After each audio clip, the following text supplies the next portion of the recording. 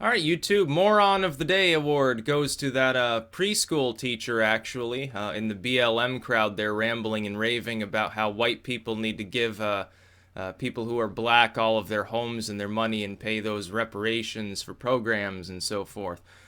These are BLM is finally being honest. This is the case of somebody who's a total fool, but at least they're being honest with people about their true motives, and that's really what BLM's always been about. It's a money making gig. It's like a Sharpton-esque sort of movement. It has nothing to do with social justice in the most strict sense.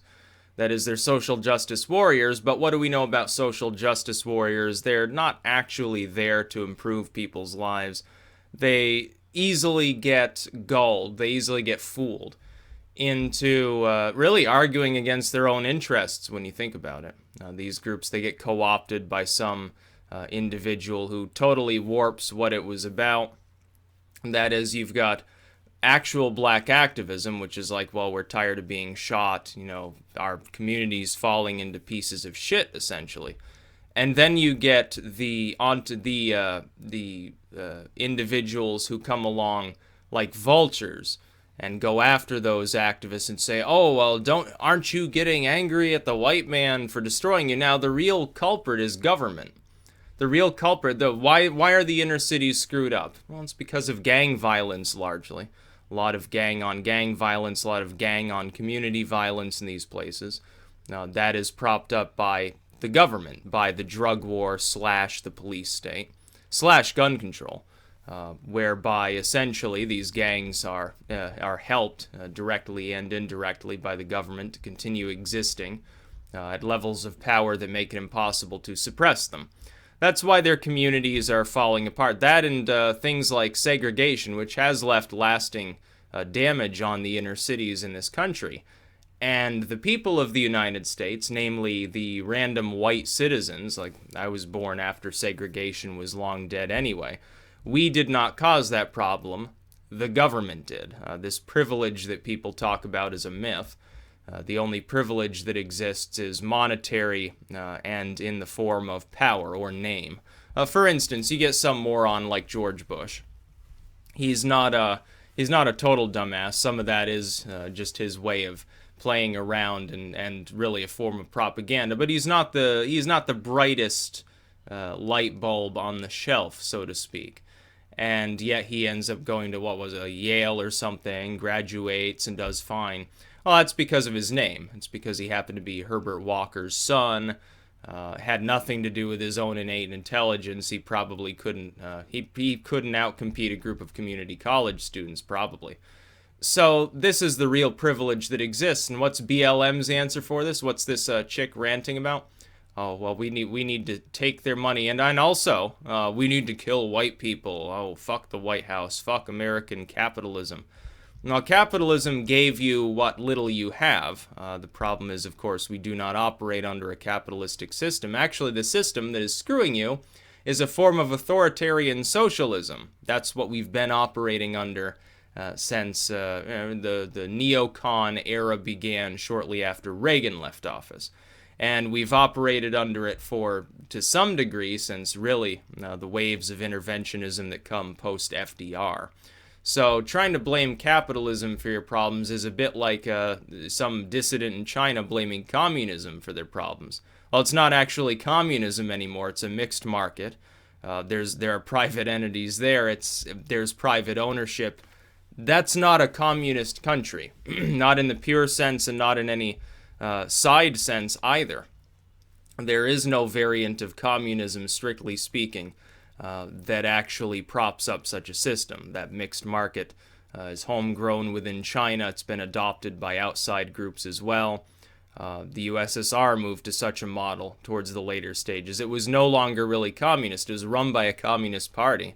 They waved communist flags. They spoke about communist ideology, but they had fallen away from that ideology. It also fucked them up. They would have been better off remaining Leninists or something like that at that point. We see the problem with that here, with our economy. As far as social justice goes, the way around this is just to remark upon one another as fellow Americans, not get a big dick about your fellow citizens and realize the actual source of your problems has to do with government. If the government is defanged, if the government can't abuse people because it doesn't have the power to do so, all of these other arguments are rendered moot. All of these arguments over what direction we take. Will we be a globalist nation or nationalistic? Will we be more open or will we be more closed? Will there be more or less intervention into this specific part of the market? All of those things go by the wayside.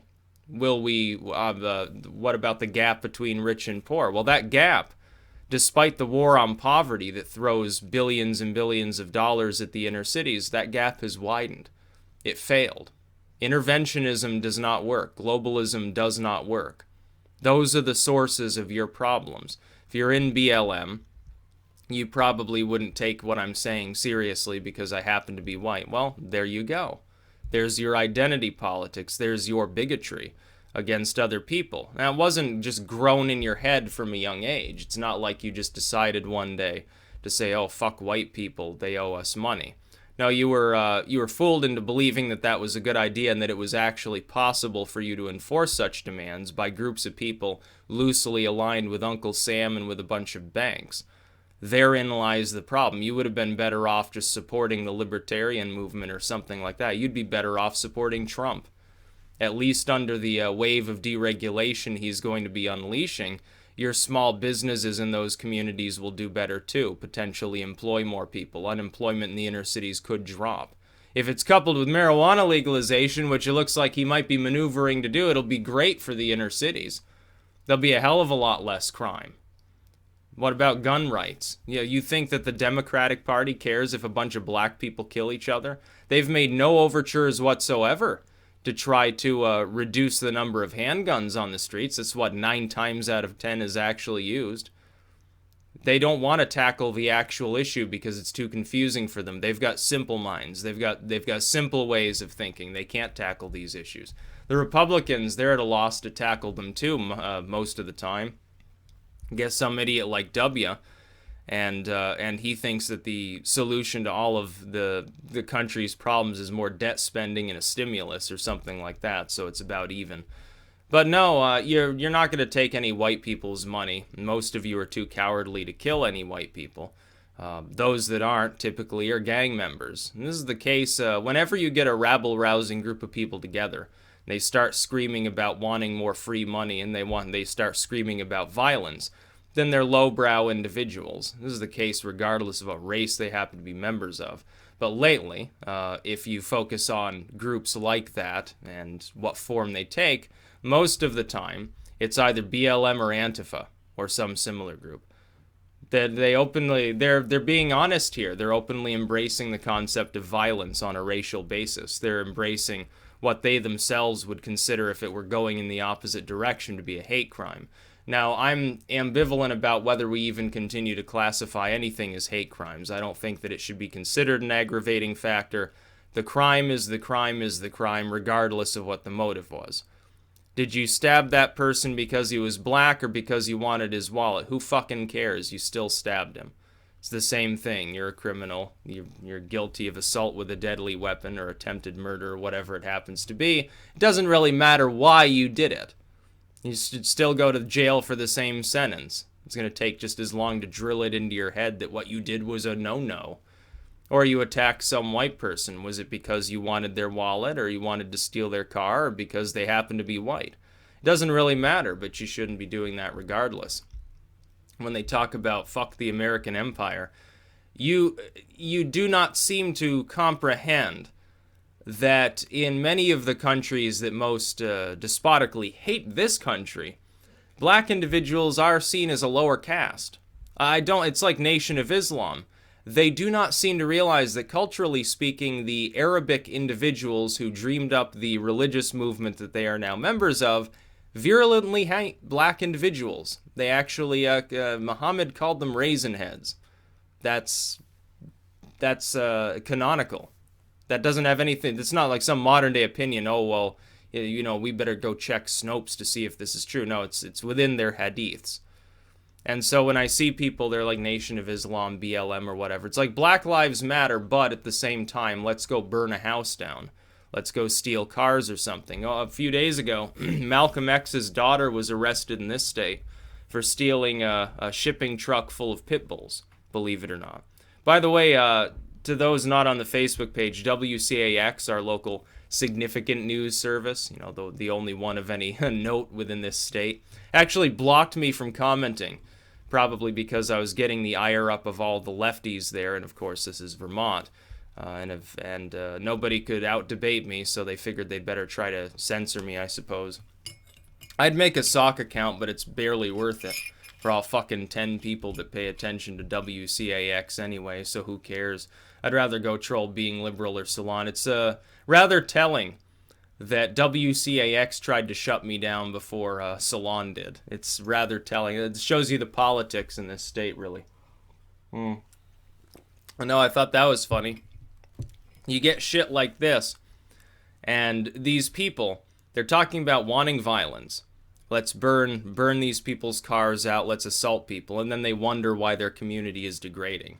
Maybe you should focus more on trying to improve your own community rather than blaming people who in many cases have nothing to do with you whatsoever for all of your fucking problems. You had Obama, a black man, in the White House for 8 years. Did your communities improve or did they continue to degrade? In many cases, it's the latter. There was a black person in the White House. How could this possibly happen? It'd be like having Jesse Jackson in the White House.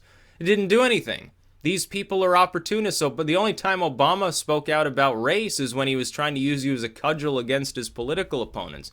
He got rich doing it. So did Al Sharpton. So is Jesse Jackson. So did all these people. Last time you actually had a sane man leading your movement was Martin Luther King, who got killed by none other than the government. Yeah, but now you want to put more trust and faith in them, empower them to go after your enemies, as though that's going to happen. In the same breath that you say all white people are the same, white people are terrible, you go to the mostly white government of the United States to solve your issues. Or you take to the streets and threaten violence despite being, 14% of the U.S. population? Yeah, that sounds like a really sane plan. No, I think the people organizing these movements are rabble-rousers who want you to cough up more money or give them attention or something along those lines. BLM, though, will strangulate itself within due time. It'll be just like Occupy. It'll be one of those movements. It'll reach some crescendo. There'll be violence. Just like with Occupy, they had those camps there, and people went from primarily sitting there being triggered and hugging each other and having orgies to smoking dope, essentially, and then they got routed, and then they fell apart as people actually attempted to get some form of employment or disappeared off into the woods to be hippies or something like that. BLM will be the same. Yeah. The alt-right won't, though. No, that'll continue to grow. I mean, you look at the form of organized disorder that the alt-right uses, that's the proper way forward. Unless it gets hit by agent provocateurs, it'll continue to grow with greater and greater speed all over the world. It's not going to be limited to just the West or just the United States. BLM, though, it's a few urban thugs, essentially, that riot, coupled with a bunch of disillusioned individuals that mean well but have no clue what they're doing. They can't organize anything. So yeah, at least they've started being honest with people and they say, yeah, we hate white people. Yeah, that's sort of the point. Well, no shit. I could have guessed that beforehand. A lot of those people there are just bitter. Aim your bitterness at the government. They're the ones that codified slavery. They're the ones that propped up segregation. They're the ones that let your inner cities rot away and try to disarm you when you try to fight back against the gangs. They wage the drug war that props up the cartels and gangs in the first place. You're black, you're living in Chicago, Detroit, you're Hispanic, you're living in some border city where there's the random beheading or a bunch of addicts because of cartel activity, a bunch of child sex slaves, your daughter got kidnapped. That's the government's fault. It's not my fault. I'm not imposing any of those policies. Just because I happen to have white skin doesn't mean I have anything to do with it. I don't even support the fucking drug war. I would love the inner cities to be cleaned up. I'd love them to look nice. I'd love it if places like Little Rock and Houston were actually livable. But they're not going to be so long as the government's empowered to abuse people. And unfortunately, groups like BLM, communistic as they appear to be becoming, they want more abuse. They want more government. You know, maybe not Trump government, but they certainly wanted more when Obama was in office, as though he helped them even slightly. No, he didn't, and he never would. You can give him 1,000 years, he'd never solve the problems of the inner cities. You're going to have to solve it yourself by spurning additional government and trying to get rid of as much of it as possible. Not fuck the American empire, but really fuck Uncle Sam's authoritarianism. That goes for white communities too. Your wallet's been affected, you're getting fucked by the IRS or something. That's the government's fault. It's not the fault of some random black person on welfare. That only exists because of the government in the first place. We've let it get out of control for too long. That's why when this federal judge comes out and issues a temporary stay on one of Trump's executive orders, I say, well, fundamentally, it is legal and it will be found to be legal, and it's a temporary stay on a program that I happen to largely agree with. It's right that the judiciary at least attempts to have a check and balance in place. It's right that they at least attempt to do their job, because they absconded their duties for, 2 presidential terms? Actually, 4. W got away with everything. Obama got away with almost everything. They finally choose to have some balls because Trump happens to be the president, has lower popularity, I guess. But at least they're doing their job. Yeah, I can support them on that. I can't support BLM, though. I mean, that's crazy. What you're trying to do will not work. That's about all. Peace out.